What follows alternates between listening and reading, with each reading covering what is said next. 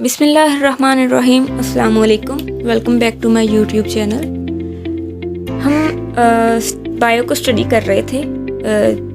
First chapter था हमारा introduction to biology, जिसमें से हमने इंट्रोडक्शन को पढ़ लिया था, ब्रांचेस ऑफ बायोलॉजी पढ़ ली थी।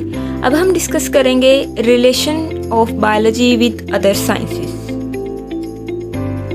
बायोलॉजी का रिलेशनशिप अदर साइंसेस के साथ, इसमें क्या क्या आ जाता है? बायोफिज़िक्स आ जाती हैं, बायोकेमिस्ट्री आ जाती है, बायोमैथमेटिक्स आ जाते हैं या बायोमेट्री, बायोजियोग्राफी आ जाती है और बायो इकोनॉमिक्स आ जाती है। सबसे पहले हम डिस्कस करते हैं बायोफिज़िक्स को।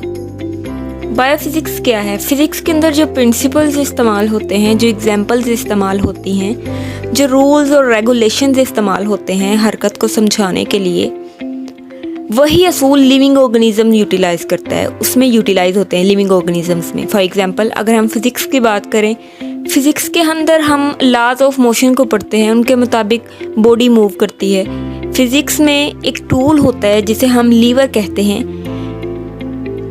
और ये मूवमेंट के जिस असूल के मुताबिक हरकत करता है, वैसे ही हमारा बाजू हमारी कोहनी के ऊपर उसी असूल के तहत हरकत करता है।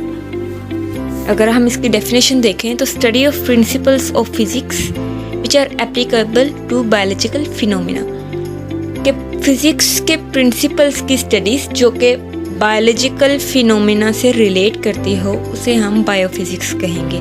For example lever in physics and limb of animal in biology, इन दोनों में सिमिलरिटीज़ है। नेक्स्ट है बायोकेमिस्ट्री। बायोकेमिस्ट्री ये दो लफ्ज़ों का मजमूआ है, बायो एंड केमिस्ट्री। बायो में हम लाइफ को स्टडी करते हैं और केमिस्ट्री में हम मैटर की कंपोजिशन को स्टडी करते हैं, प्रॉपर्टीज़ को पढ़ते हैं, केमिकल रिएक्शंस को पढ़ते हैं।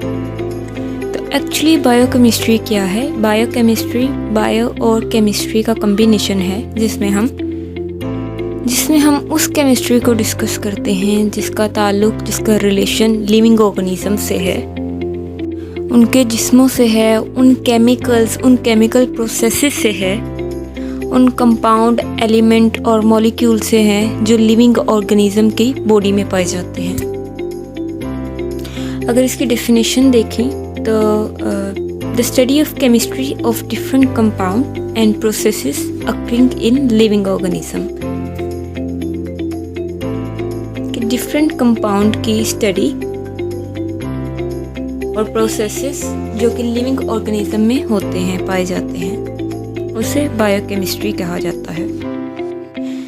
अगर इसके हम एग्जांपल देखें तो study of basic metabolism of photosynthesis and respiration. Basic metabolism जो है उसकी स्टडी इसकी एग्जांपल में आ जाता है, और फोटोसिंथेसिस और रिस्पायरेशन केमिस्ट्री में होता है। ये केमिस्ट्री की नॉलेज में इन्वॉल्व होता है। नेक्स्ट है बायोमैथमेटिक्स। बायोमैथमेटिक्स क्या है? बायोमैथमेटिक्स कम्बिनेशन है बायोलॉजी और मैथमेटिक्स का। अगर कहा जाए कि मैथमेटिकल टूल्स को, टेक्निक्स को हम इस्तेमाल करते हैं बायोलॉजिकल प्रोसेसेस में, उनकी स्टडी में, तो उसको हम कहेंगे biomathematics. The study of biological processes using mathematical tools and techniques is known as biomathematics. इसकी एग्जांपल है डाटा एनालिसिस। डाटा एनालिसिस की बात की जाए तो बायोलॉजी में एक्सपेरिमेंटल वर्क होता है। बायोलॉजिकल प्रॉब्लम्स को सॉल्व करने के लिए एक्सपेरिमेंट किए जाते हैं।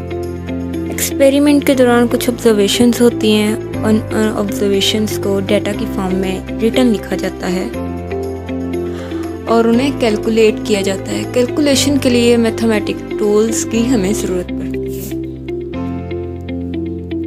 नेक्स्ट है biogeography. Biogeography, bio mean life, Jio mean earth and graphy mean divisions, मतलब अर्थ की division. Study of occurrence and distribution of different species of living organism, different species living organisms की occurrence और distribution geographical region of the world।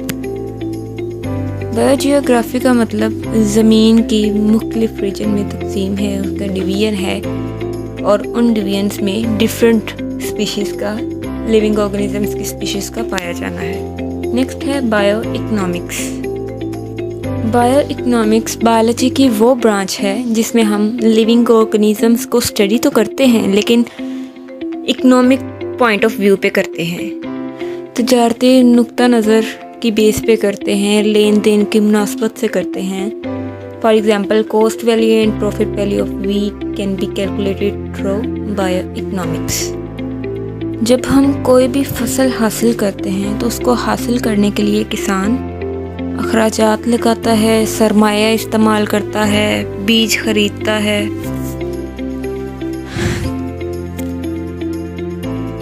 ये सब expenditures करके फसल उगाता है, फिर जब उसे बेचता है, प्रॉफिट लेता है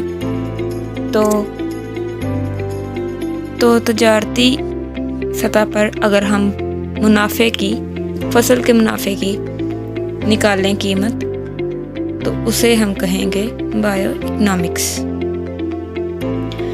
नेक्स्ट हम डिस्कस करते हैं कैरियर्स इन बायोलॉजी। कि बायोलॉजी के बाद हम किन किन फील्ड्स में जा सकते हैं। First one is medicine and surgery, second one is fisheries, then agriculture, then animal husbandry, then horticulture, farming, forestry and biotechnology.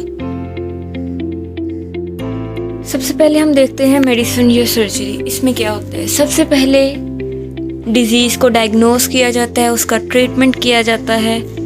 फिर अगर कोई बॉडी पार्ट को रिपेयर करना हो, उसको रिमूव करना हो, फॉर एग्जांपल स्टोन्स को रिमूव करना हो रीनल से, किडनी से, तो हम किडनी ट्रांसप्लांट भी करा सकते हैं, उसको सर्जरी के थ्रू रिमूव भी कर सकते हैं। हम लीवर को ट्रांसप्लांट करा सकते हैं। अब कौन से स्टूडेंट्स हैं जो कि इस शोबे में आ सकते हैं? वो स्टूडेंट्स जिन्होंने MBBS का कोर्स किया हो। नेक्स्ट है फिशरीज़। फिशरीज में क्या होता है, फ़िश प्रोडक्शन है। इस शोबे से रिलेटेड जो लोग होते हैं उन्होंने क्या करना होता है, फ़िश की प्रोडक्शन को बढ़ाना होता है, उनकी क्वालिटी मेंटेन करनी होती है, उनकी क्वांटिटी को इन्हेंस करना होता है। पाकिस्तान में फ़िशरीज़ डिपार्टमेंट मौजूद है। ज़ूलॉजी और फिशरीज़ के जो स्टूडेंट्स होते हैं वो इस फील्ड में काम कर सकते हैं, अपना फ़िश फार्म बना सकते हैं, अपना कोई कारोबार कर सकते हैं। नेक्स्ट चलते हैं हम एग्रीकल्चर। एग्रीकल्चर में क्या होता है, इसमें क्या होता है, फूड क्रॉप्स को मेंटेन किया जाता है, उनमें बेहतरी लाना है, कुव्वत मुदाफ़त, बीमारियों के ख़िलाफ़ बढ़ाना है।